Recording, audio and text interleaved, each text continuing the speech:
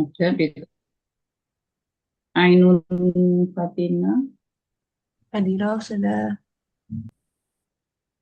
Anindita, Hadira Ustazah. Asa, Hadirah Ustazah. Ayu, Hadira Ustazah. Dewi Putriani,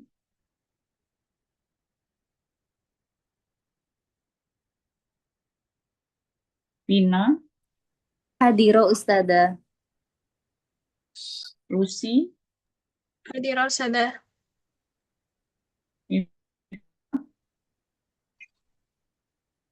Hadira Ustazah. Mildayani, Hadira. Hadira Ustazah. Misbahul Umam,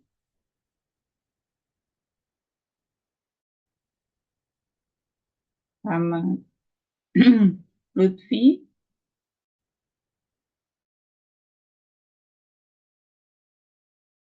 Hadir Ustazah hadir. Rafli,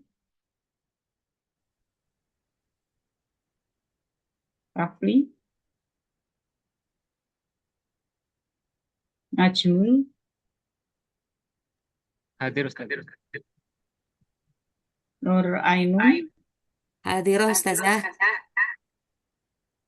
Rena, Rena Hadiro Ustadzah. Lihat, حاضر حاضر. baik. Marda, izin. Saya lihat tugas UTS-nya ada yang berbahasa Indonesia ya. Dulu ingat saya semua saya minta berbahasa Arab ya. Tolong yang berbahasa Indonesia diterjemahkan ke bahasa Arab. Punyanya Ustadz Rihat kayaknya sama Ustadz Lutfi. Oh iya, aku nanti Dulu coba. judul-judulnya kan saya yang menentukan ya. Nam Ustadzah. Ya betul ya untuk UTS maupun UAS. Apakah judulnya sudah sesuai dengan ketentuan Ustadz Lutfi?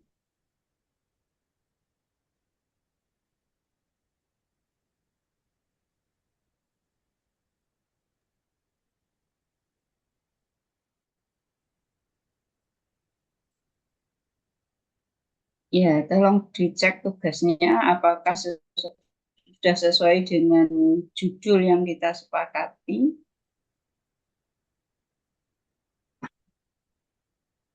Untuk tugas UAS saya minta terakhir tanggal apa sudah mengumpulkan semua?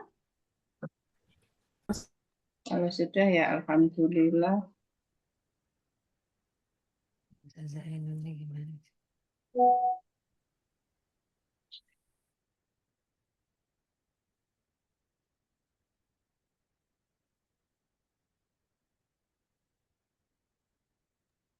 Luas belum Ustazah?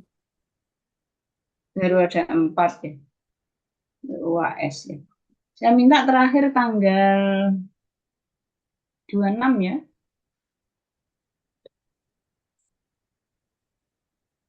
Selasa ya. Selasa malam gitu ya. Karena ngoreksinya terakhir tanggal 31. Ya, jadi biar saya ada waktu untuk apa, koreksi dan cek plagiasi. Ustazah punya Ana Muhammad Lutfi sama Rihat sesuai, cuman masih bahasa Indonesia Ustazah. Ternyata harus bahasa Arab ya. Oh, judulnya sudah sesuai dengan yang dibagi ya?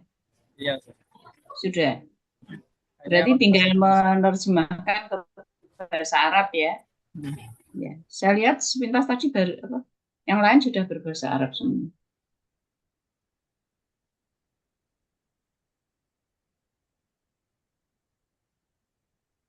Ya, tinggal menerjemahkan saja.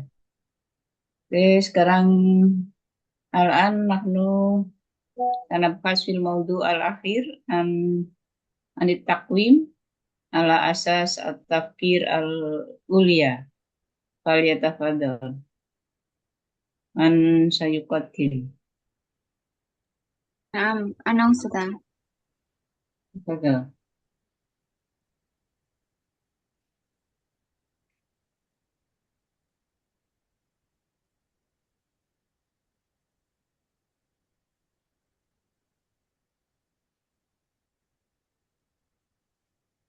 نعم.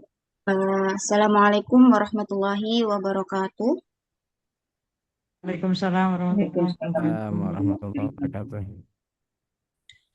نحن من المجموعة الأخيرة سنقدم لكم عن الموضوع التقويم على أساس مهارة التفكير العليا أو يسمى بهوتس، يعني مفهوم خصائص تصنيف بلوم من المستويات المعرفية المعدلة ومؤشراتها ونموذجها أو أمثلتها. Bilhaqiqah, sebenarnya malam ini saya bersama Ustadzah Dewi Putriani. Saya sudah berusaha menghubungi beliau, tapi masih belum ada respon. Entah beliau ada kepentingan yang belum bisa ditinggalkan, entah masih terkendala dengan jaringan seperti biasanya. Semoga nanti beliau bisa menyusul bergabung di Zoom bersama kami.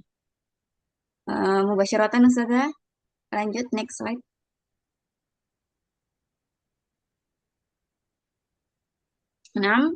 Al-Muqaddimah, awalan mutatallabatu maharatul qarni al-hadi wal ishrin atau 4C, yakni at-tafkir, an-nakid, wal ibda, wat tawasul, wat ta'awun. Jadi di abad ke-21 ini peserta didik itu tidak hanya cukup pintar, melainkan mereka juga dituntut untuk memiliki keterampilan yang lebih luas. Ada 4 keterampilan, yaitu at-tafkir an-nakid, wal ibda, wat tawasul, wat ta'awun, atau biasa disebut dengan 4C, yaitu critical thinking atau berpikir kritis, kemudian creativity atau kreativitas, communication, dan juga collaboration atau berkolaborasi. Idzan la yakfi at-ta'alum al-qaim 'ala al-hifdz faqat. Jadi pembelajaran itu tidak cukup kalau hanya sebatas hafalan. Kalau siswa itu hanya menghafal, mungkin mereka bisa menjawab soal-soal atau pertanyaan, tapi belum tentu mereka itu memahami atau bisa menerapkan ilmu tersebut ke dalam kehidupan mereka. Summa ahamiyatu at-taqwim alladhi yaqisu maharatit tafkir al-ulya. Nah, di poin ini pentingnya penilaian atau evaluasi yang mampu mengukur keterampilan berpikir tingkat tinggi. Jadi, bukan hanya menilai seberapa banyak siswa itu menghafal atau mengingat, tapi bagaimana siswa itu mampu menganalisis dan juga bahkan menciptakan sesuatu dari apa yang sudah mereka pelajari. Seperti itu. Lanjut, Ustazah. Mafhum maharatut tafkir al-ulya. Maharatut tafkir al-ulya atau yusamma bihot huwa al-qudrah ala tafkir bimustawa alin. Wa hadhil mahara yurakkizu ala tahlil at-taqyim wal ibda. Jadi penilaian HOTS ini itu berfokus pada 3 hal utama, yaitu at-tahlil, analisis, kemudian taqyim, evaluasi, dan juga al-ibda, kreasi atau mencipta. Wa amma istilahan fa inna maharatut tafkir al-ulya huwa al-qudrah ala tafkir bimustawa alin mimma yusa'idu asy-syakhsu ala tafkir bisyakli wasi' wa amik haula al-mushkilah. Yaitu kemampuan berpikir tingkat tinggi yang dapat mendorong siswa untuk berpikir secara luas dan mampu mendalami tentang suatu masalah seperti itu. Lanjut, Ustazah. Wa amma mafhumut taqwim ala asas maharat tafkir al-ulya, at-taqwim ala asas maharatut tafkir al-ulya huwa at-taqwim alladhi yaqisu qudratut tafkir an-naqdi wal ibda'i wa la yaqtasir ala tadakkur faqat. Jadi penilaian berbasis HOTS itu adalah penilaian yang mengukur kemampuan berpikir secara kritis dan juga kreatif, serta tidak hanya berbatas pada kemampuan mengingat saja atau yang disebut dengan LOTS. Summa yatatallabu hadha taqwim minat tullab al-awwal yakni ayufakkiru tafkiron mantikian summa yahullu al-mushkilat wa kadzalika ayyattahidu al-qararat. Tadi di fokus utama dalam penilaian HOTS ini tadi sudah dijelaskan ada analisis, kemudian evaluasi dan juga mencipta. Selain itu, dalam penilaian HOTS ini juga menuntut siswa untuk menalar secara logis. Ayufakiru tafkiron mantikian. Jadi siswa itu harus mampu berpikir secara logis. Artinya siswa itu tidak hanya asal menjawab soal, melainkan mampu menggunakan akal dan juga alasan yang jelas dalam memahami suatu persoalan tersebut. Kemudian yang kedua, siswa juga mampu memecahkan masalah. Jadi siswa itu dituntut untuk bisa memecahkan masalah. Siswa perlu memahami masalah dengan baik, kemudian mencari solusi yang tepat, bukan hanya sekedar menebak jawaban mana yang benar. Dan yang ketiga adalah siswa juga harus mampu mengambil keputusan. Nah, setelah siswa itu memahami, kemudian menganalisis suatu masalah, nah mereka itu diharapkan bisa menentukan pilihan terbaik berdasarkan pertimbangan yang matang juga. Suma, lanjut saja. Al-Khosois As'ila At-Tafkir Al-Ulyah. Yang pertama yaitu takisu al-mustawayat al-ma'rifiyah al-ulya, yaitu ada di C4 dan juga C6. Nah, soal HOTS ini tuh mengukur kemampuan berpikir tingkat tinggi. Biasanya kalau dalam taksonomi Bloom itu di tingkat C4 dan juga C6, seperti menganalisis. Kemudian C5 ada mengevaluasi dan juga mencipta. Jadi siswa itu tidak hanya diminta mengingat, tapi juga berpikir untuk lebih dalam. Suma asani ta'tamidu ala masyakil asyakiyah awaki'iyah. Jadi soal HOTS itu berkaitan dengan masalah nyata atau kontekstual. Artinya soal tersebut dengan kehidupan sehari-hari siswa sehingga lebih bisa bermakna bagi siswa. Kemudian yang ketiga, tatatallabu at-tafkir wal istidlal laisa illa al-hifad. Jadi soal HOTS itu menuntut kemampuan berpikir dan juga penalaran. Soal HOTS itu siswa tidak cukup hanya menghafal, tetapi harus benar-benar memahami dan juga mengolah informasi yang didapat. Yang keempat yakni tahtawi ala musirat, al-misal yakni an-nusus, suar, wa halat. Jadi soal HOTS itu biasanya dilengkapi dengan stimulus. Stimulusnya bisa berupa teks, kemudian gambar, dan juga sebuah kasus. Nah, tujuan dari stimulus ini adalah agar siswa itu mampu memiliki konteks terlebih dahulu sebelum menjawab sebuah pertanyaan. Dan yang terakhir, la takunu al-ijabah fiha dhahiratun mubasyarah. Jadi jawaban dari soal HOTS itu tidak langsung terlihat. Biasanya lebih mengecoh seperti itu. Nah, untuk menjawab soal tersebut, siswa itu perlu membaca, kemudian memahami dan juga menganalisis terlebih dahulu. Lanjut, Ustazah. Wadah tasnifu Bloom, taksonomi Bloom, ada C1, C2, C3, C4, C5, dan juga C6. Kalau di tingkat C1 hingga C3 itu LOTS, kemudian kalau di tingkat HOTS sendiri mulai dari C4 hingga C6. Tahlil, takyim, wa ibda.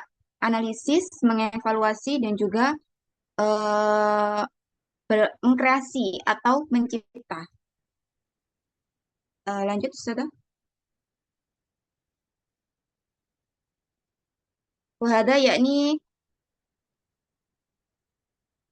muasyirat at-tafkir al-ulya mustawa C4 hingga C6 fi tasnifi Bloom al-mu'addalah. Di sini saya menampilkan tabel muasyirat atau indikator-indikator tingkat C4 hingga C6.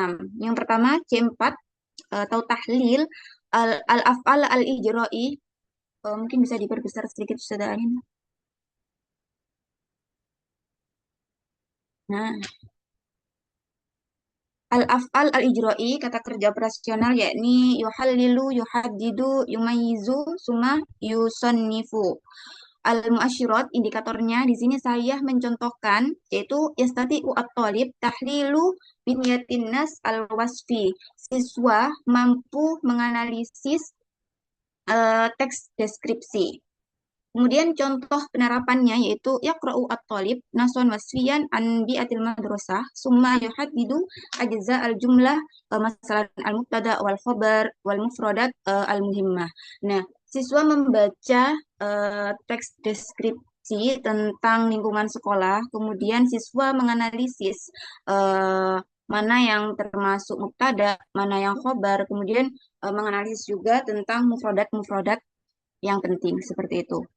Nah, itu ada di tingkat C4, menganalisis. Kemudian di C5, mengevaluasi atau menilai al-af'al al-ijra'i, hunaka yukayyimu, yukorin, wa yantakidu.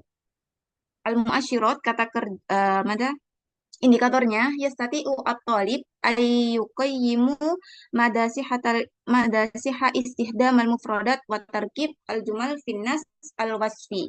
Siswa mampu menilai atau mengevaluasi tentang kebenaran penggunaan kosakata dan juga tarkib tata bahasa dalam teks deskriptif. Al-misal, contohnya dalam penerapan yakni yu'ti at-talib nasaini wasfaini bilu al-arabiyah summa yatlubu minhum tahdidu ayyuhuma asahhu min haitsun nahwa wal mufradat. Nah, siswa itu diberi contohnya ya, siswa diberi dua teks deskriptif dalam bahasa Arab, kemudian siswa diminta menilai mana di antara kedua teks tersebut itu yang benar dari segi tata bahasanya, nahwunya, penggunaan mubtada khobarnya, dan juga mufradatnya. Jadi siswa itu tidak hanya menganalisis, tapi mampu menilai mana yang benar. Nah, sedangkan di tingkat C6, ibda atau mencipta, al-af'al al-ijra'i, yasna'u, yunaddomu, yurattibu, yusammimu, yubda'u atau yahluku. Suma al-mu'asyirat, indikatornya yastati'u at-talib ayasna'u nason wasfiyan basiton. Di sini siswa mampu membuat teks deskriptif secara sederhana. Contohnya, yasna'u at-talib nason wasfiyan anbiyatil madrasah bi istihdamil mufradat wa tarkib. Nah, siswa mampu membuat teks deskriptif tentang lingkungan sekolah menggunakan mufradat dan juga tata bahasa yang sudah dipelajarinya. Seperti itu. Jadi beda antara tingkatan C4, C5, dan juga C6. Nah, di sini namadij at-taqwim al-qaim ala maharatut tafkir al-ulyah, model-model bentuk penilaian HOTS. Al-awwal yakni al-ikhtiyar min muta'addid ma'a musir, pilihan ganda disertai dengan stimulus. Waya al-as'ilah turafikuha musirat mislu an-nusus awis suwar awil al-halat li tahfizi at-tahlil. Jadi soal pilihan ganda yang diberi stimulusnya bisa berupa teks, kemudian bisa berupa gambar dan juga sebuah kasus. Nah, tujuannya adalah untuk mendorong siswa lebih kritis atau bisa menganalisis. Kemudian yang kedua, al-as'ilah al-maqaliyah atau bisa berbentuk isai. Al-as'ilah maftuha tatatallabu minat talib syarha ijabatihi wa tawdiha afkarihi. Jadi soal isai ini soal yang menuntut siswa untuk menjawab secara rinci sehingga siswa itu dapat menjelaskan alasan dan juga pemikirannya. Kemudian yang ketiga, dirosa al-halah, yaitu berupa bentuk studi kasus. As'ilah ta'tamidu alal muskilat waqi'iyah tatatallabu at-tahlil wa ikhtiyar al-hulul. Jadi soal studi kasus ini berbasis masalah nyata yang mengharuskan siswa itu untuk menganalisis dan juga menentukan solusi dari kasus tersebut. Yang keempat, al-masyru' atau proyek. mahamun tunafadu fi fatratin zamaniyah muayyanah wa tuaddi ila intaj amal au muntaj. Proyek yaitu tugas dalam jangka waktu tertentu yang menghasilkan sebuah produk atau karya sebagai bentuk penerapan dari sebuah pengetahuan atau materi yang sudah dipelajari oleh siswa. Kemudian yang kelima yaitu al-malaf al-injazi atau portofolio.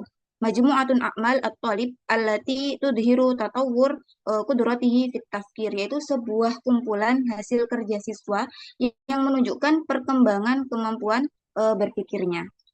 Nah, itu tadi bentuk-bentuk bentuk-bentuk penilaian HOTS, ada bisa berupa pilihan ganda, kemudian isai, studi kasus, proyek, dan juga portofolio.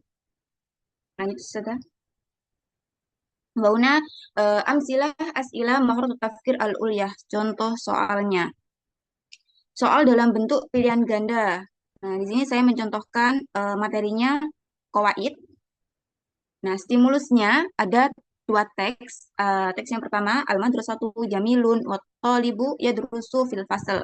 Kemudian teks yang kedua, al-madrasatu jamilatun wa talib yadrusuna fil fasl. Nah, soalnya ayun nasaini asahu lughah. Jadi siswa itu disuruh menilai dari kedua teks tersebut mana yang paling benar. Al-mu'asyirat, indikatornya taki musihhatun nahwa wal mufradat. Siswa mampu mengevaluasi atau menilai teks mana yang benar, baik dari segi nahwu maupun mufradatnya. Nah, ini termasuk ke dalam tingkat C5. Lanjut, Ustazah. Nah, contoh yang kedua yaitu dalam bentuk isai, namudaj al-asilah al-maqaliyah atau isai. Al-maddah, materinya nasun wasfi anbiatil madrasah. Iqra an-nas at-tali jayidan summa ajib anil asilah. Madrasati nadifatun wa jamilatun fiha hadifatun wasi'atun wa maktabatun kabiratun bla bla bla dan seterusnya. As-soal, halil al-fikrah ar-ra'isiyah minan nas summa isyraha bi uslubikal khas. Nah, jadi soalnya itu analisislah gagasan utama dari teks, kemudian jelaskan dengan gaya bahasamu sendiri. Al-mu'asyirat, indikatornya yaitu menganalisis sebuah teks. Nah, untuk al-mustawah, soal ini termasuk ke dalam tingkat C4 karena menganalisis.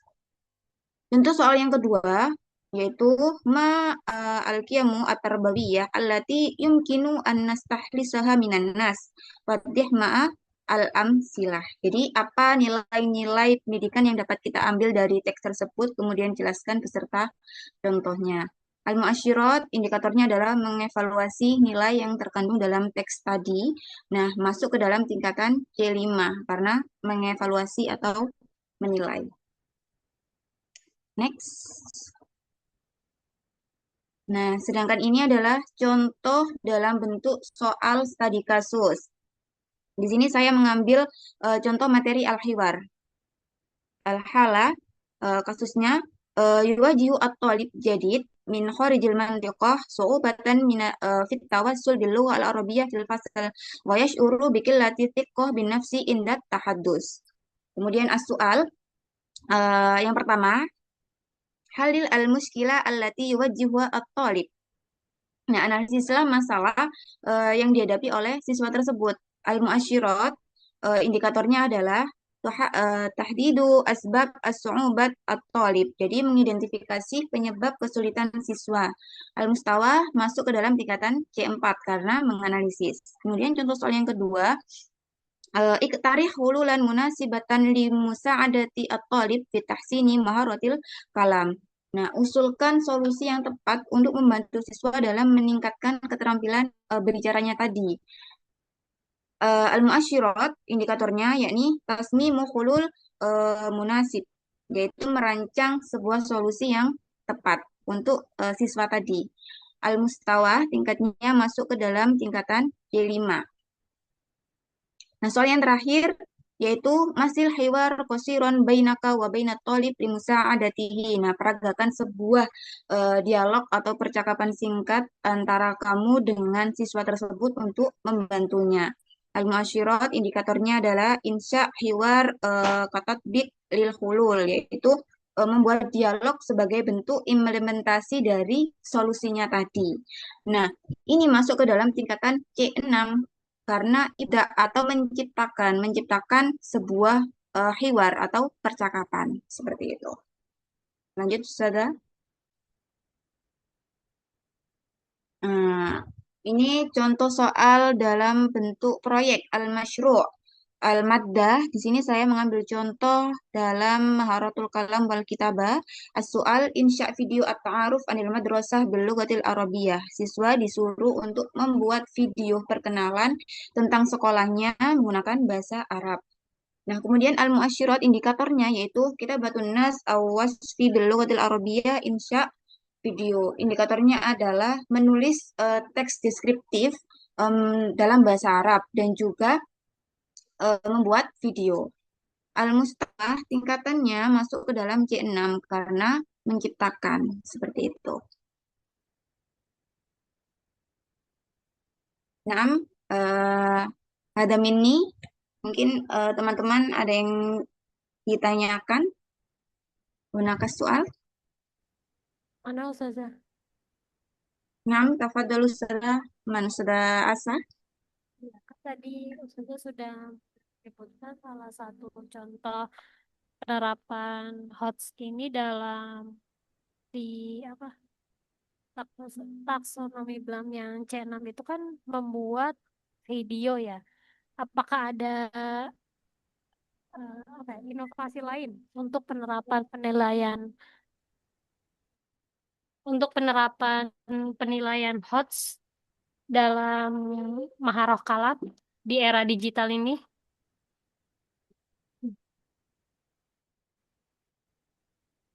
Bisa diulangi sudah asa suaranya putus-putus. Sudah jelas belum? Nah, sudah. Kan tadi sudah menyebutkan kalau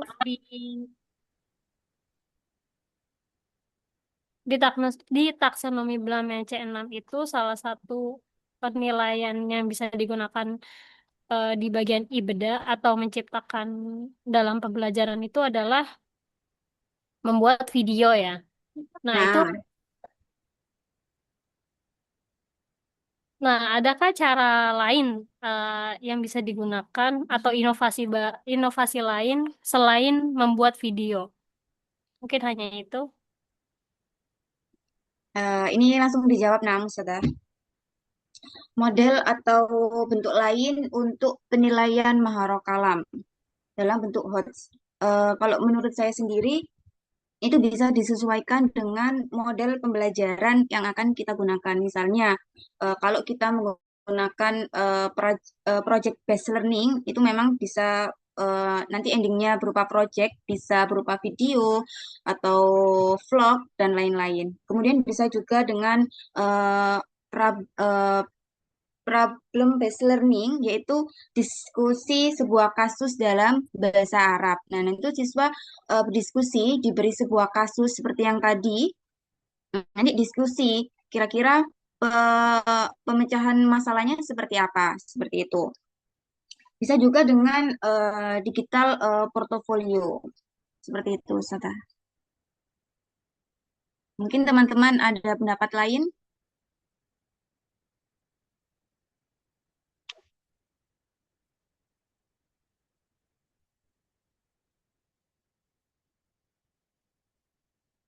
Kaifa Ustazah Asa? Yakfi sudah syukron.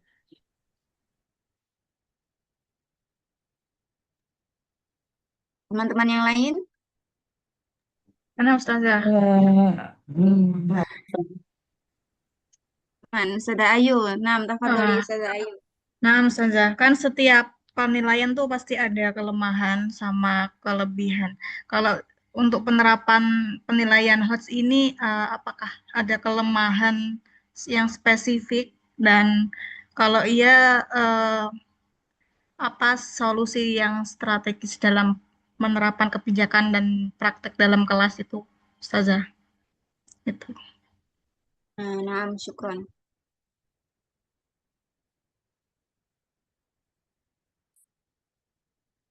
Eh, kelemahan dan juga solusi untuk mengatasi kelemahan tersebut. Ya Ustazah Ayu. Ustazah. Jadi kalau menurut Ana sendiri, kelemahan dalam penerapan penilaian berbasis HOTS ini adalah yang pertama, guru itu masih belum terlatih merancang sebuah soal dalam bentuk HOTS. Kemudian yang kedua, kurangnya contoh konkret bentuk soal dalam HOTS ini. Nah, untuk solusinya, untuk mengatasi kelemahan-kelemahan tadi, yang pertama adalah mungkin bisa diadakan pelatihan kepada guru-guru tentang bagaimana cara merancang evaluasi atau penilaian dalam bentuk HOTS, dan juga mungkin bisa penyediaan bank soal ya, bank soal HOTS seperti itu. Mungkin itu dari Ana. Mungkin teman-teman yang lain bisa menambahkan atau ada pendapat yang lain.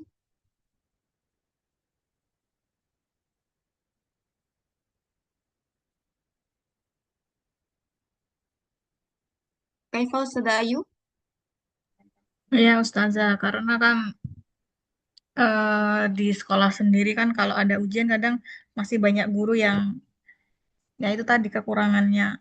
Kadang kalau dibuat HOTS nanti itu sulit di anak-anak, nggak semuanya anak-anak itu nanti bisa kan, mungkin kan Gitu. tingkat kognitif anak-anak kan beda-beda seperti itu. Jadi ini munculnya dari guru sendiri ya, pembuat soal gitu ya, kelemahannya. Iya, kalau dari guru sendiri itu tadi kurangnya kurang terlatih dalam pembuatan soal bentuk HOTS dan juga kurangnya bank soal seperti itu. Nah, kalau dari siswa sendiri, eh, jadi HOTS ini itu tidak bisa langsung diterapkan kepada siswa dalam bentuk materi, semua bentuk materi, melainkan materi itu harus diajarkan dulu mungkin melalui menilai dari LOTS terlebih dahulu, pemahamannya dulu. Jadi kalau pemahamannya siswa sudah benar-benar paham, baru bisa diterapkan bentuk HOTS ini. Seperti itu, Sarah.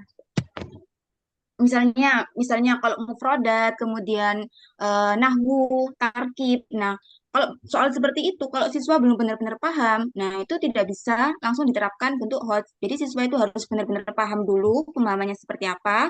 Kalau sudah benar-benar paham, baru bisa diterapkan penilaian dalam bentuk HOTS. Mungkin itu. Nah, Ustazah, tadi kan dalam HOTS itu kan juga ada ini ya, ada beberapa aspek tadi, ada kayak tahlil, ada tiga, Nah, tiga ya itu. Itu kalau menurut Ustazah itu ada spesifikasinya nggak dalam, contohnya dalam Maharo ini kita pakai yang mana gitu ada nggak? Menurut Ustazah sendiri. eh sebenarnya semua maharo bisa masuk sih, Ustazah. Mhm.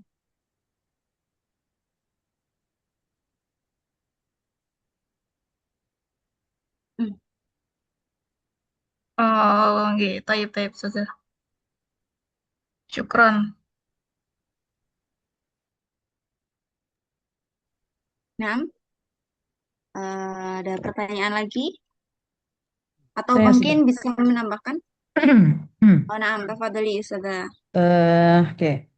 Dalam presentasi tadi kan disebutkan bahwa penilaian HOTS itu tidak hanya mengukur kemampuan mengingat, ya, tapi apa namanya menuntut analisis, evaluasi, dan kreasi. Lalu, menurut Ustadzah, apakah dalam praktek pembelajaran bahasa Arab di MTS atau MA saat ini sudah benar-benar mengarah ke HOTS atau masih dominan LOTS? Itu sudah.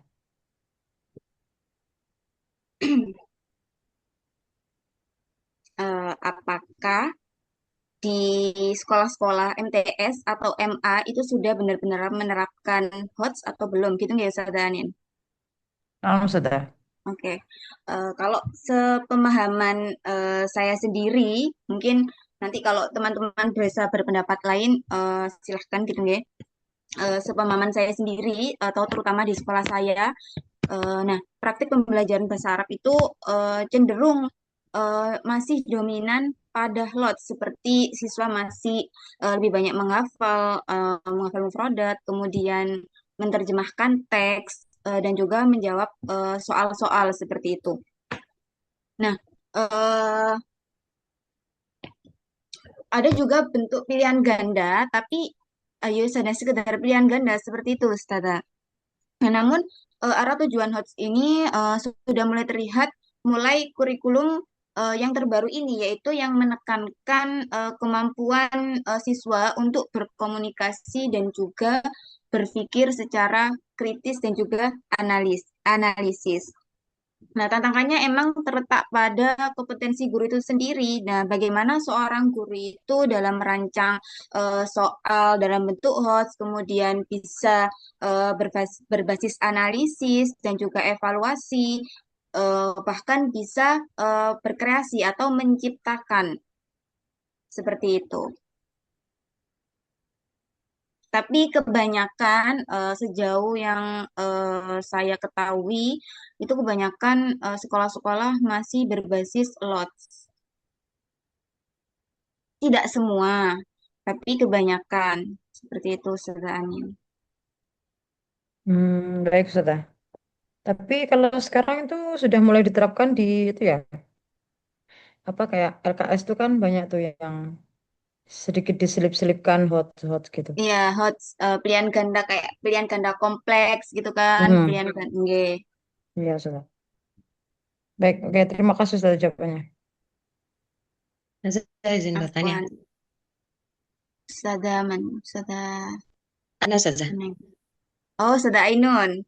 Iya. Nah, Ustazah barusan kan ada membicarakan tentang pilihan ganda. Nah, di sini saya itu ingin menanyakan nah, bentuk pilihan ganda ini Hmm, yang berbasis hot dengan kita bandingkan dengan penilaian proyek, yaitu misalnya membuat video berbahasa Arab itu kira-kira mana yang lebih efektif dalam mengukur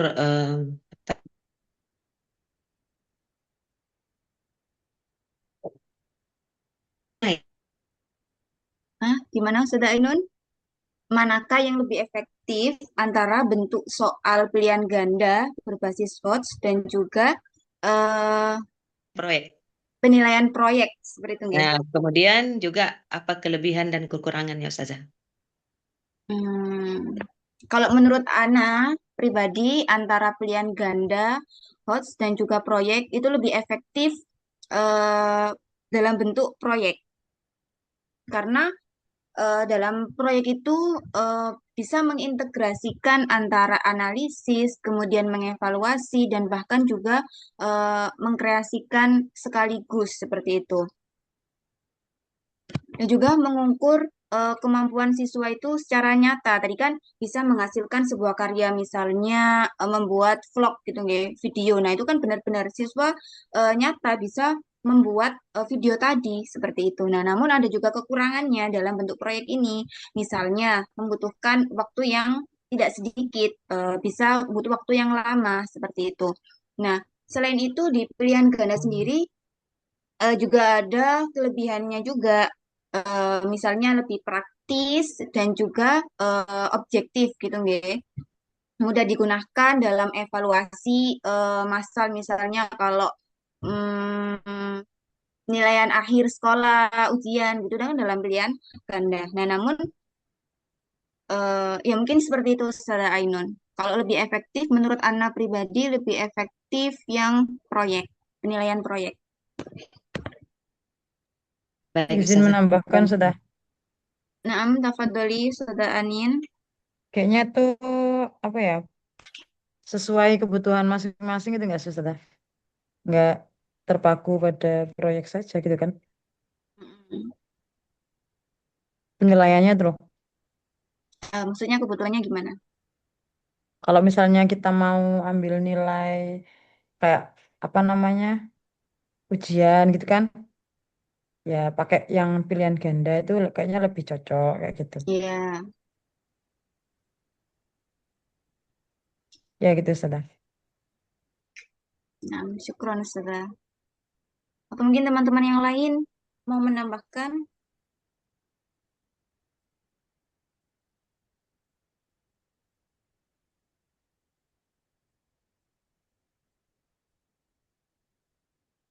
soal Nah, Ustadz Umam. طيب كما قد ذكرت قصص عن البيانات الشرحية عن خط هناك salah satu mustalahat kama qad dzakarta anifan yakni eh, dirasatul halah wa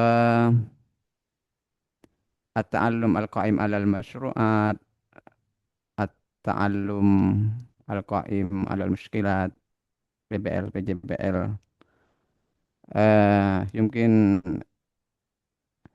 eh, minal mungkin antas lana mal furuk al-asasiyah baina salah satu mustalahat min nahiyatil awamir mungkin israh lana eh, mal furuk al-asasiyah bainahum khalas. Eh Syukron Ustadz Umam. Jadi perbedaan antara Dirosa Al-Hala Suma apa Ustadz? Studi kasus, isai dan juga proyek. La Betul nggih?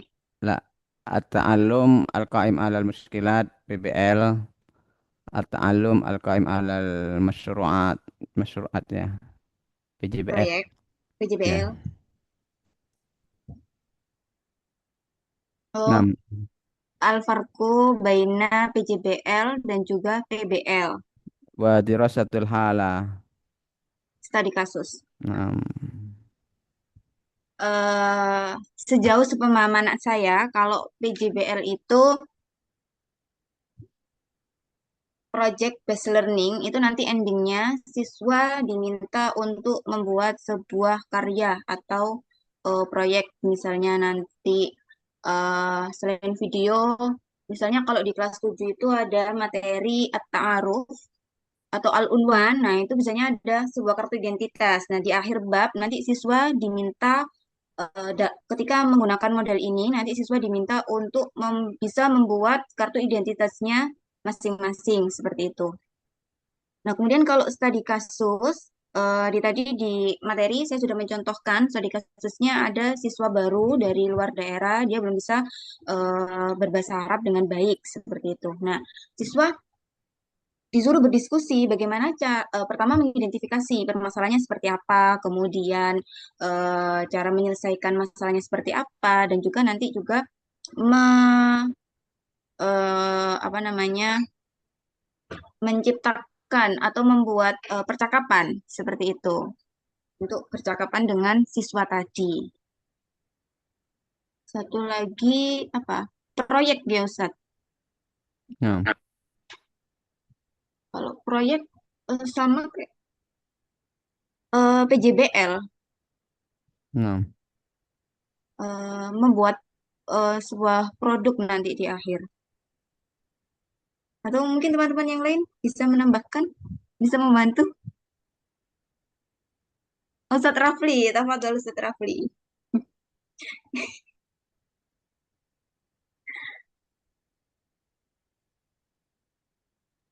Soal saja. Soal atau menambahkan?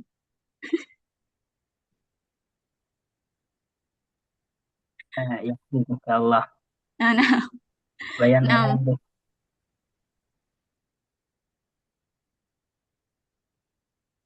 nah, Ustaz.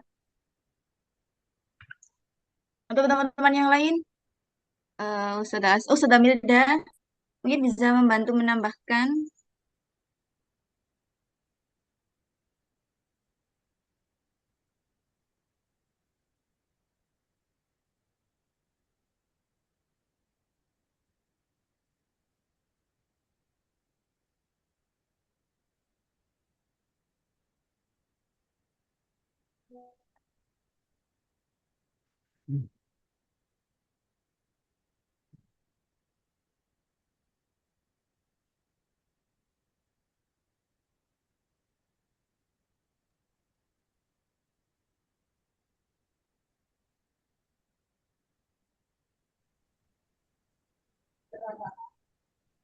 Nah, satu mah mungkin dari Ana seperti itu tadi. Kalau bedanya PJBL itu nanti fokus kegiatannya di akhir siswa menghasilkan sebuah produk. Kemudian kalau studi kasus itu bagaimana siswa itu mampu memecahkan masalah yang disajikan oleh guru. Seperti itu. 6. آه، يمكن إذا نحن ندرس عن التعلم القائم على المشروعات PJBL. نعم الآخر يعني المنتج produk ya. Nah, ولكن في دراسة الحال وتعلم القائم على المشكلات كأنهما يستويان سواء بينهما. يمكن هناك آه، فروق أساسية بينهما، لأن بينهما هناك sama-sama memecah masalah, mu'alajatul muskilat. Barangkali ada yang bisa menjelaskan perbedaan mendasar dirasatul hala wa at-ta'allum al-qa'im 'alal muskilat atau PBL dan studi PJBL. kasus. Enggak, kalau BJBL endingnya produk. Kalau studi kasus sama PBL itu kan sama-sama memecahkan masalah. Itu kira-kira perbedaan pokok itu di sisi mana sih? أستاذ مصباح لا أستاذ أولا تفضلي. Nah, Ustaz Rafli. Nah, basa. Tafadhol Ustaz Rafli. إذا السؤال يعني في مشكلة يعني الفرق الأساسية بين دراسة حالة ودراسة القائم على المشروع. صحيح أستاذ مصباح؟ Bukan masuk yang muskilat, yang at-ta'allum al-qa'im al muskilat, yang PBL, bukan PJBL. PBL dan studi kasus. Nah, Ustaz Musbah. Nah, Baik. mungkin Karena dua tipe ini sama-sama memecah masalah kan ya. Apa tingkat hotnya lebih tinggi yang PBL apa gimana ya?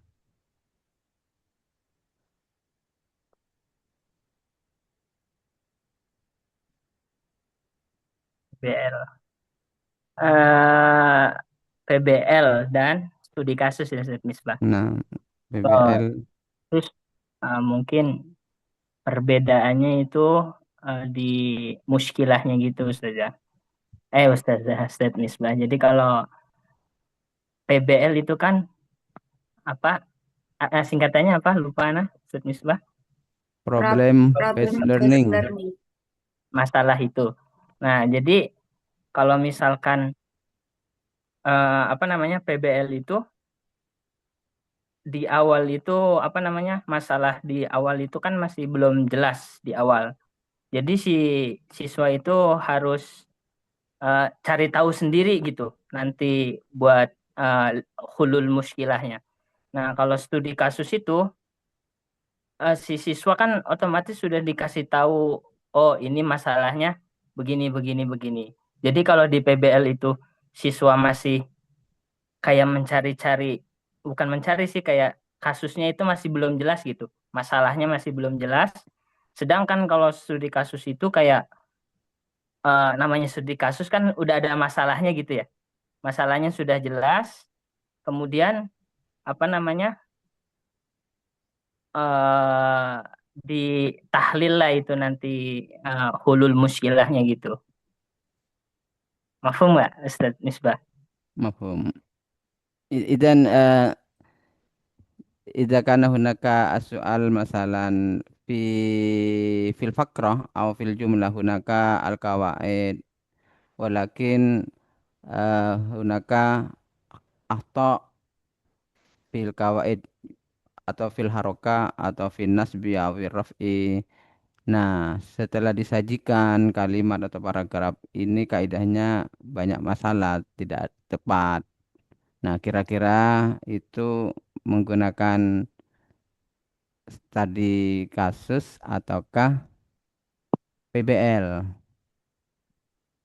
Kalau nasnya sudah disajikan itu ya, jadi siswa tinggal menganalisa itu kemungkinan Studi ini pribadi kasus. asatidzah bisa menambahkan. Jadi kalau studi kasus itu kan lebih fokus ke apa namanya tahlil gitu ya, analisis. Pokoknya lebih ke kayak tahlil gitu loh. Sedangkan kalau misalkan PBL itu mencari solusi. Jadi dari situ aja sudah beda, mencari solusi dan menganalisis. Kalau PBL itu kita mencari solusi dari muskilahnya. Kalau misalkan studi kasus itu kita menganalisis kasusnya gitu, Ustadz Misbah. Berarti perbedaannya kalau studi kasus tidak ada solusi, kalau PBL ada solusi. Menganalisis ininya Iya, apa namanya? intinya eh, studi kasus hanya menganalisis tapi tidak ada solusi. Kalau PBL analisis dan solusi. Seperti itu maksudnya.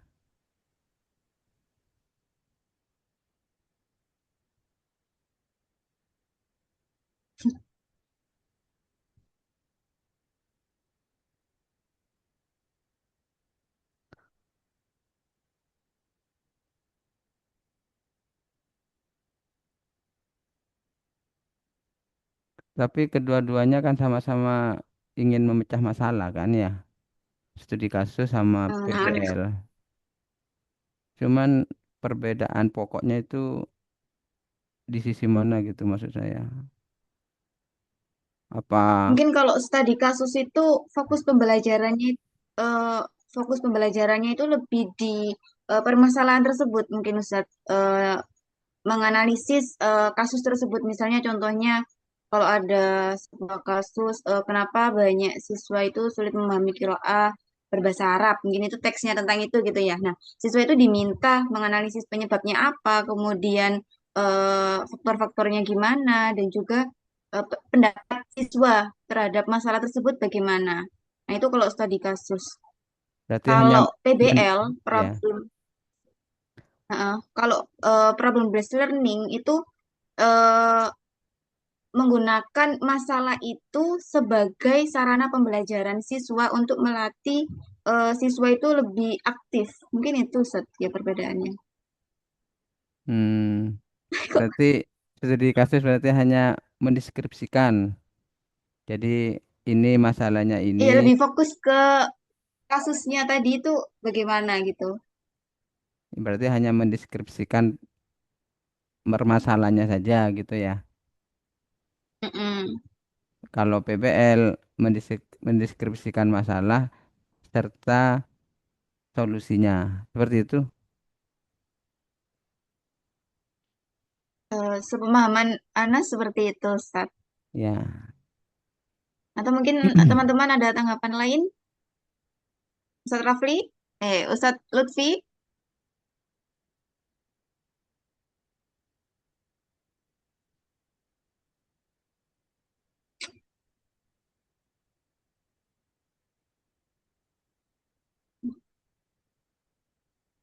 Ustaz Asa? Mungkin saya tambahkan, Ustazah. Oh, nah, Ustazah. Ya, jadi memang ada kemiripan ya antara studi kasus dengan PBL, problem based learning itu memang ada sama-sama ada masalah, tetapi masalah yang diberikan pada studi kasus itu biasanya ya bisa berupa peristiwa, bisa berita atau apa ya, kejadian-kejadian misalnya terjadinya bencana alam misalnya.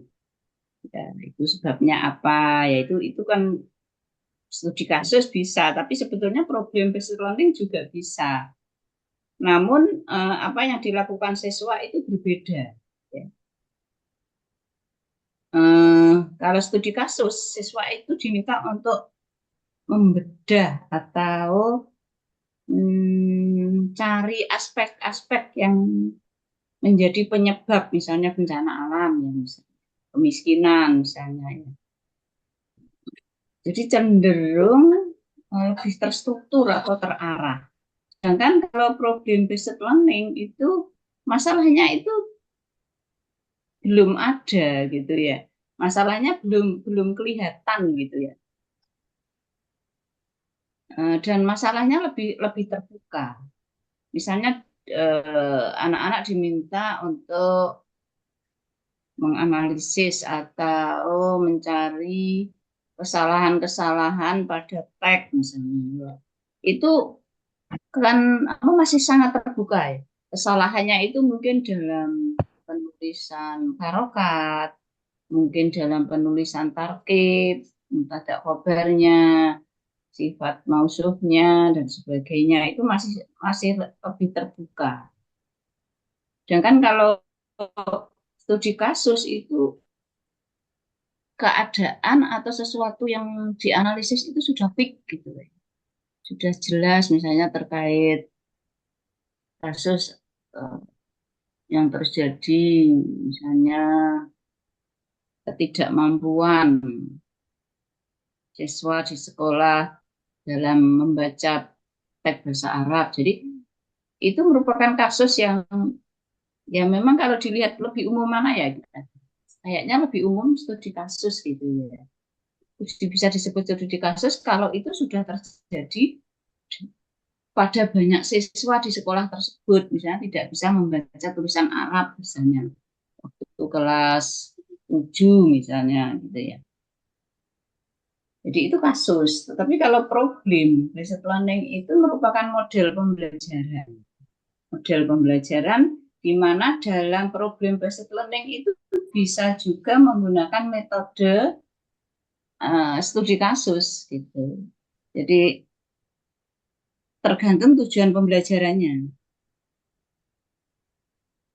Mungkin studi kasusnya bisa masuk ke problem based learning. Tapi kalau problem based learning tidak masuk ke studi kasus gitu ya. Karena studi kasus tidak masuk dalam model pembelajaran, nggak ada sintaknya. Sedangkan kalau PBL itu ada sintaknya. Jadi PBL itu ada sintaknya, studi kasus itu tidak ada. Jadi bisa saja studi kasus itu merupakan metode. Sedangkan PBL itu model. Lebih luas model. Gitu. Namun dari segi permasalahan kadang-kadang tema masalah itu lebih luas studi kasus. Yaitu juga tergantung kepada tujuan pembelajaran. Jadi namanya kasus ya. Kasus itu sesuatu yang terjadi yang merupakan sudah melembaga atau sudah terstruktur yang perlu dicarikan penyelesaian. Sedang kalau PBL kita itu baru mencari masalahnya, mencari masalahnya. Oh, dalam teks ini ternyata ada masalah. Masalahnya apa? Oh, kesalahan penulisan harokat. Oh, kesalahan apa gitu ya. Jadi justru kita mencari kesalahan-kesalahan, masalah-masalah yang ada pada teks itu atau yang ada pada teks lisan atau teks tulis. Atau masalah ketidakpahaman makna tersirat misalnya. Yaitu baru kita kenali lewat PBL. Sedang kalau studi kasus itu masalahnya sudah ada. Cari solusi. Kalau PBL lebih luas, masalahnya kadang belum terlihat, tetapi juga sampai solusi juga. Begitu.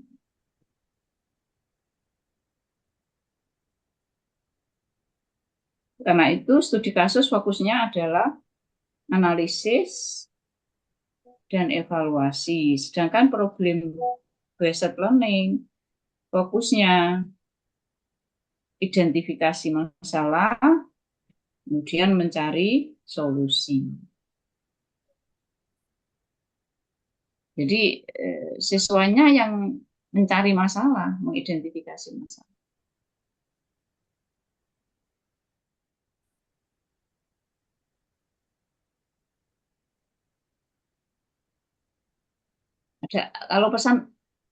Kalau peran guru sama, ya, dua-duanya sebagai fasilitator, akan tetapi pada problem-based learning guru itu lebih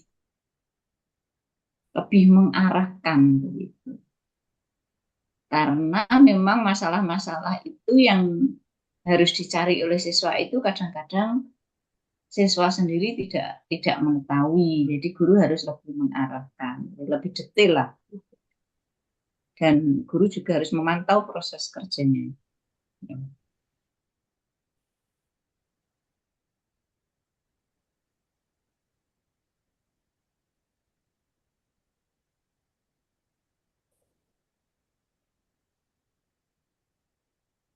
Ya, saya kira itu tambahan dari saya.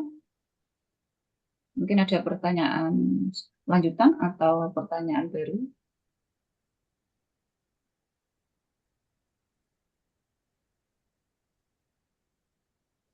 Ya, ini minggu terakhir harusnya sudah tidak ada kuliah, tapi karena minggu lalu libur, jadi masih ada kuliah terpaksa ya.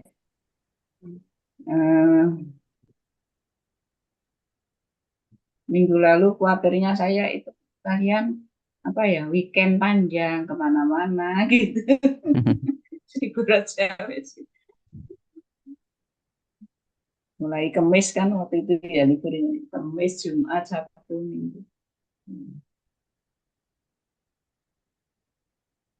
Oke, nggak ada pertanyaan lain.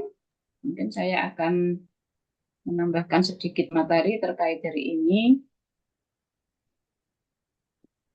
Ya, tadi banyak ditanyakan terkait efektif mana, gitu ya. Takvim yang lot atau hot. Kemudian juga ada pertanyaan terkait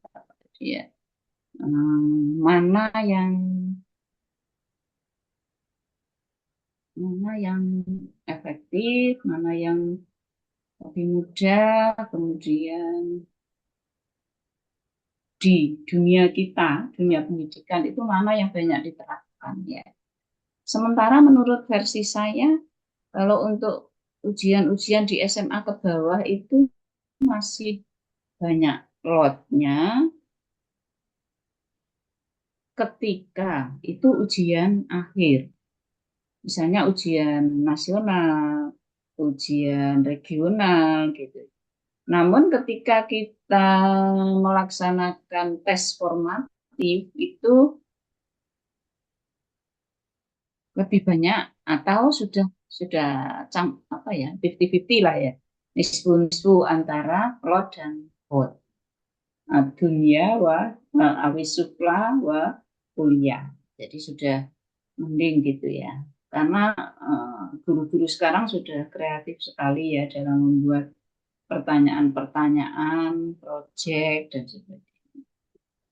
Sudah banyak yang kuliah S2, sudah banyak yang ikut pelatihan-pelatihan penyusunan soal dan dalam berbagai masalah, dalam berbagai bidang dengan menggunakan proyek-proyek yang berbasis teknologi. Ya. Begitu juga untuk sekolah-sekolah yang belum mengenal teknologi juga sudah bisa digunakan melalui portofolio. Meskipun dalam bentuk kertas, tapi di sana sudah banyak kreativitas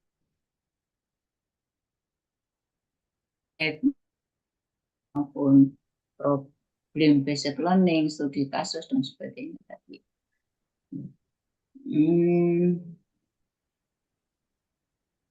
Sebenarnya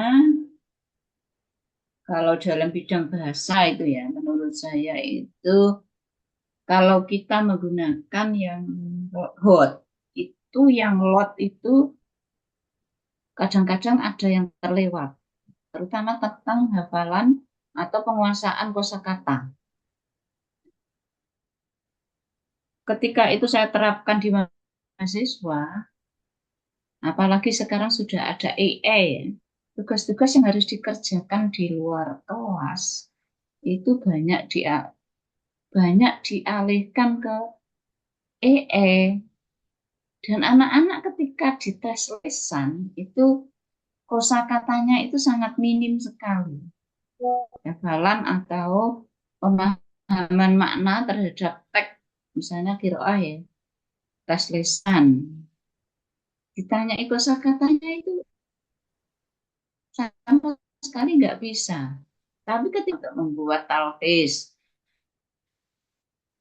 dengan menggunakan bahasa sendiri, itu mereka itu minta, nggak tahu, mereka pahamnya teks itu dari EE atau dari mana, karena itu tugas-tugas semacam proyek itu kan mesti dikerjakan di luar kelas. Namun ketika dikerjakan di kelas, ya, mereka bingung. Di kelas yang mana HP-nya harus dikumpulkan, kan? Mereka sama sekali nggak jalan. Jadi kita sebagai guru itu juga kadang-kadang pusing ya, mau gimana gitu ya. Zaman kita sekarang ini kan sudah IE atau HP itu dianggap sebagai maroji ya, sebagai maroji asasiah gitu ya. Jadi ketika kita mau buat soal semacam yang soal tes tulis misalnya, atau tes lisan yang tidak boleh sama sekali buka HP, itu sepertinya kita juga menyalahi situasi ya, menyalahi atau tidak sesuai dengan kondisi saat ini. Mengapa nggak boleh buka HP gitu ya? Kenapa nggak open book seperti itu? Kalau zaman dulu ngajar Ustadz Misbah mungkin ya S1 itu open book itu bener-bener pikiran mereka gitu, karena nggak ada HP waktu itu. Tapi kalau sekarang open book itu bener-bener open gitu ya. Mereka sama sekali nggak mikir gitu ya. Jadi ya apa gitu. Tadi saya cek beberapa tugas UTS-nya itu plagiasinya juga tinggi sekali ya, banyak yang tinggi ya. Gimana menurut kalian kalau cek plagiasinya tinggi atau cek ini tadi belum saya cek plagiasi, kalau ada yang tinggi gimana kira-kira, apakah harus diulang atau gimana?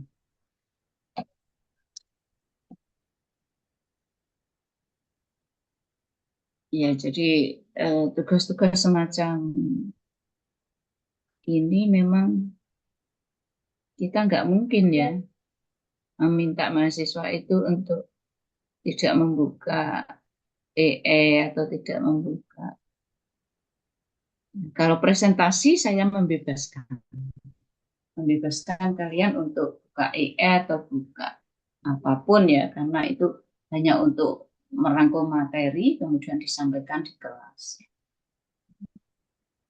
Tetapi kalau sudah masalah tugas akhir atau tugas-tugas UTS itu sebaiknya tidak, apalagi kalau plagiasi ya. Kalau IE masih, saya kadang-kadang masih, ya maklumlah sekarang marojiknya IE ya. Tapi kalau plagiasi itu kan milik orang lain gitu ya.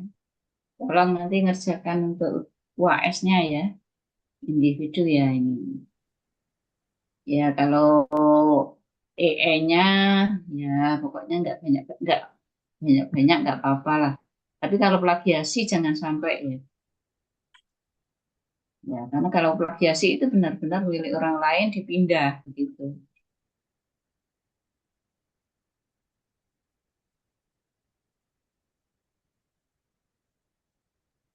Ya memang agak sulit ya, apalagi tingkat mahasiswa. Kalau mungkin tingkat SMA ke bawah, kalau ujian itu gimana? Masih pakai kertas atau pakai online? Kertas di pondok. Pakai web Ustazah, Kertas Exambro. ya. Di pondok di sekolah Bu pakai Ayu. web online. Jadi Pakai anak-anak Web online bisa, bisa, Pak. anak bisa buka, Hah? Anak-anak bisa buka. Nggak bisa, Zak. Kalau di saya pakai wifi-nya sekolah sudah. Jadi khusus untuk web itu sendiri gitu sudah. Jadi nggak bisa buka yang lain-lain ya. Nggak bisa sudah. Kadang Bisa anaknya di mau open tab tapi nggak bisa akses internet gitu sudah. Hmm, bisa diatur seperti itu ya. Tapi kalau sekarang, kalau di SMA itu berarti Ustazah Anindita itu pakai apa? Maksudnya pakai labnya, komputernya sekolah gitu. Iya, pakai HP sudah. Tapi kita punya web sendiri gitu sudah. Beli beli web gitu. Sudah. Pokoknya gitu lah sudah. pakai Apa Pakai nggak account. domain mungkin sendiri. mereka bisa buka HP-nya atau buka laptopnya kalau di rumah? Enggak Ustazah. Itu ada pengaturannya sudah di Hmm, sana. Di setting khusus gitu. bisa diatur gitu ya. Iya sudah. Jadi pokoknya mereka tidak bisa buka yang lain gitu. Misalnya mereka pakai laptop, kemudian yang dibuka pakai HP gitu nggak bisa. eh Usernya yang boleh masuk Soalnya cuma misalnya satu di, sudah. nggak boleh bawa dua gitu. Iya, kalau misalnya sudah masuk satu ya berarti yang lain nggak bisa diakses ke device yang lain gitu sudah. Ya, tapi kan mereka bisa buka lewat lewat lewat pas apa media lain. Misalnya soalnya ada di laptop, kemudian Hmm. dia bisa buka HP untuk melihat jawaban. Gimana itu? Nggak bisa, Ustaz. Kalau di saya itu bawanya satu device aja, sudah nggak boleh bawa device dua gitu Oh, sudah. soalnya Ada soalnya pengecekan tuh. pelaksanaannya di sekolah ya. Iya sudah, Pelaksanaan ujian itu di sekolah, bukan di iya maksudnya sudah. bukan di rumah masing-masing gitu loh. Oh, Di sekolah, enggak Ustaz. di sekolah. Ya, kalau di sekolah masih bisa diatur ya. Misalnya waktu masuk ke ruangan nggak boleh bawa device yang lain. Tapi kalau ujiannya itu dari rumah masing-masing itu yang susah, susah mengontrol.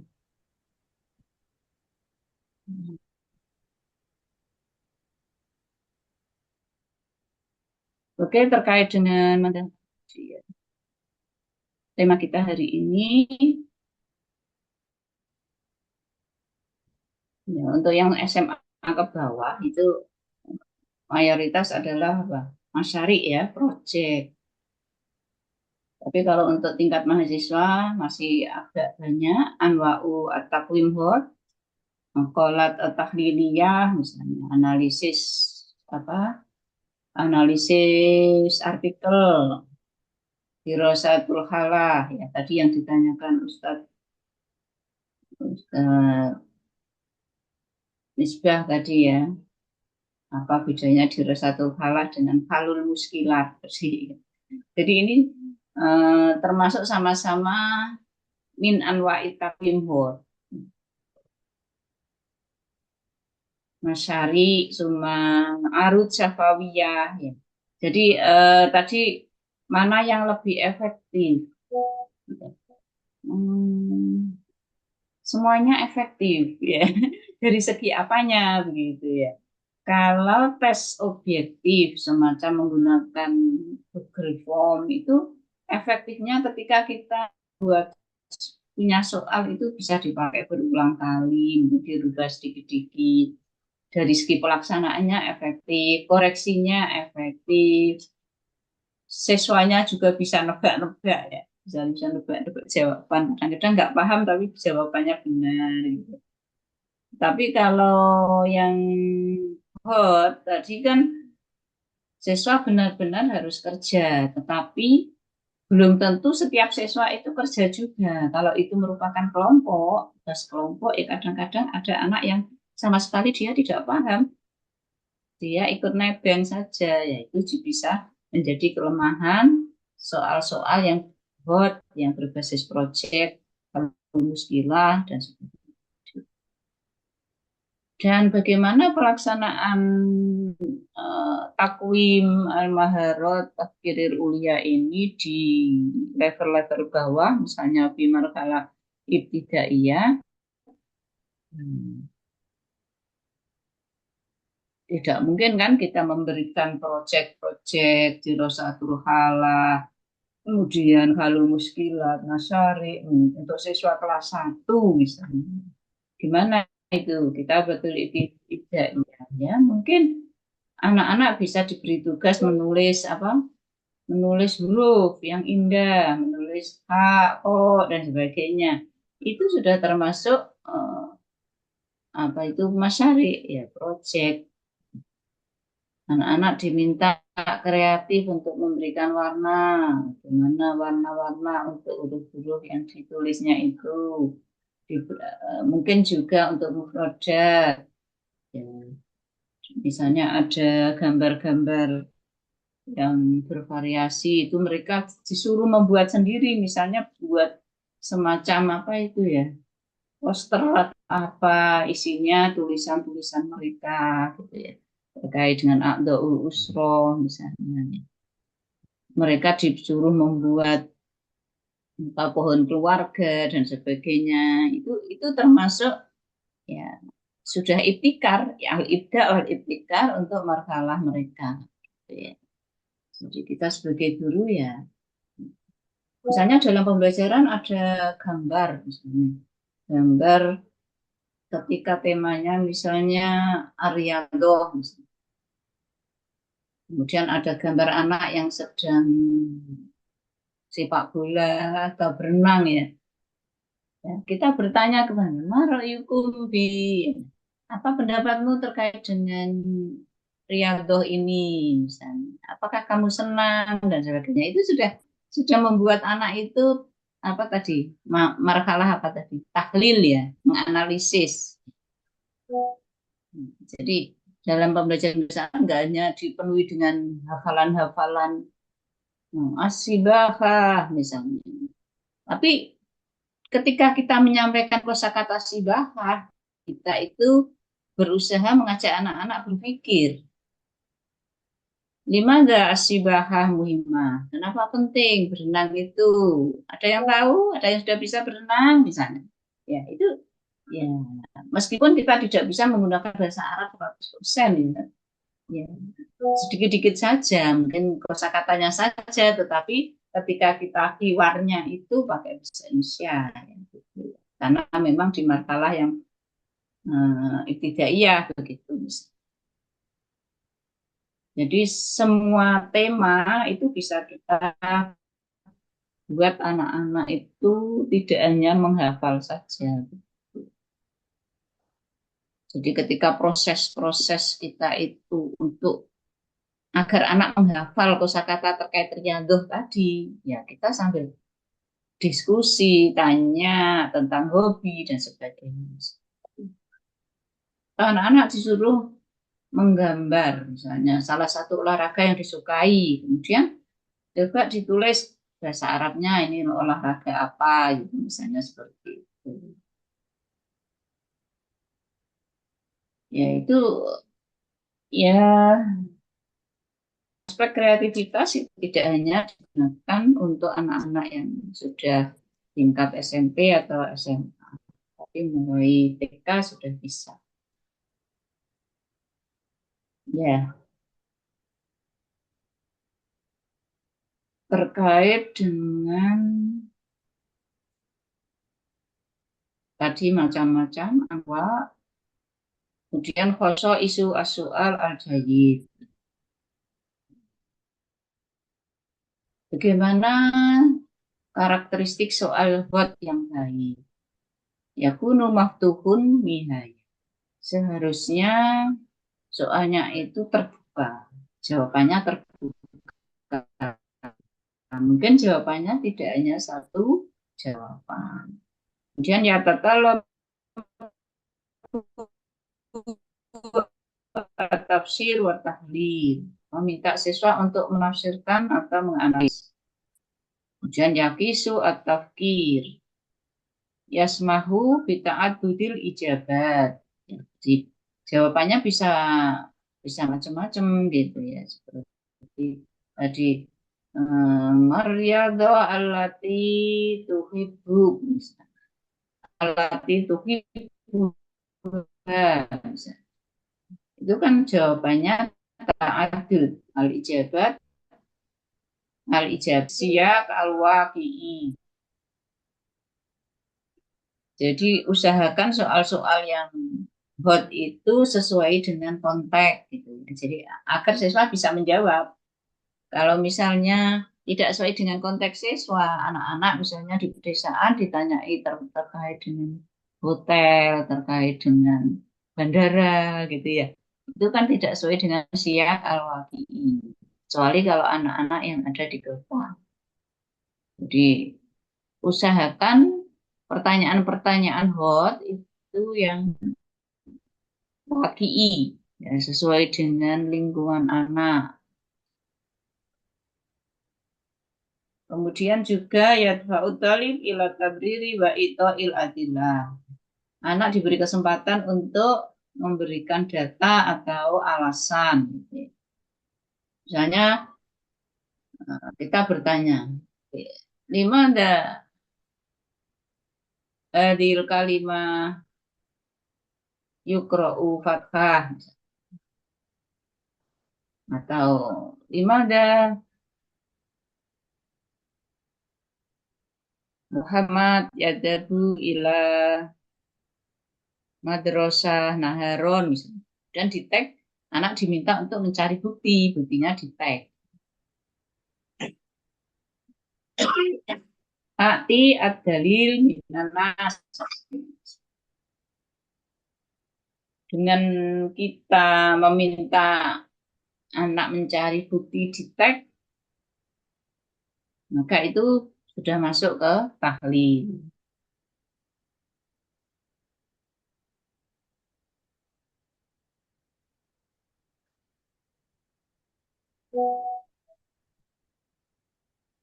Ya, jadi bagaimanapun intifa'u ada at-taqwim al-ulya ala maharatu tafkir al-ulya nahnu nastati'u an nukawin bin nadori ila ahdafi at-ta'lim. Jadi tidak boleh keluar dari tujuan pembelajaran. Karena itu ketika kita buat RPS, mulai dari buat RPS, RPP ya, RPP, RPS masih sama. RPP itu kita sudah menulis, jangan hanya siswa mampu menyebutkan, siswa mampu membuat jumlah. Jadi sudah ada tujuan yang di sana ibda'i wa tafkiri. Siswa mampu menganalisis tag-tag yang ada, tarkib yang ada pada tag. Siswa mampu membuat kalimat sesuai dengan hobi, misalnya terkait dengan hobi, misalnya seperti itu. Atau siswa diberi pilihan, buatlah kalimat dengan tema atau terkait tema hobi, terkait dengan tema al-usroh misalnya. Ya, itu lebih memberikan siswa peluang untuk mencari sesuatu yang sesuai dengan dirinya atau yang disukai begitu ya. Saya kira cukup tambahan dari saya.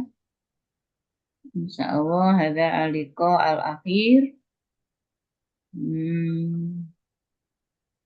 Silakan yang belum mengumpulkan tugas UAS untuk segera dikerjakan secepatnya ya.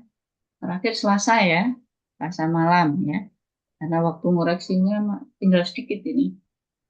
Ya, saya berterima kasih kepada yang sudah biar saya bisa mulai untuk mengoreksi. Nah, idza nafatim liku ana bikira alhamdulillah. Alhamdulillahirabbil alamin. Wassalamualaikum warahmatullahi wabarakatuh. Waalaikumsalam.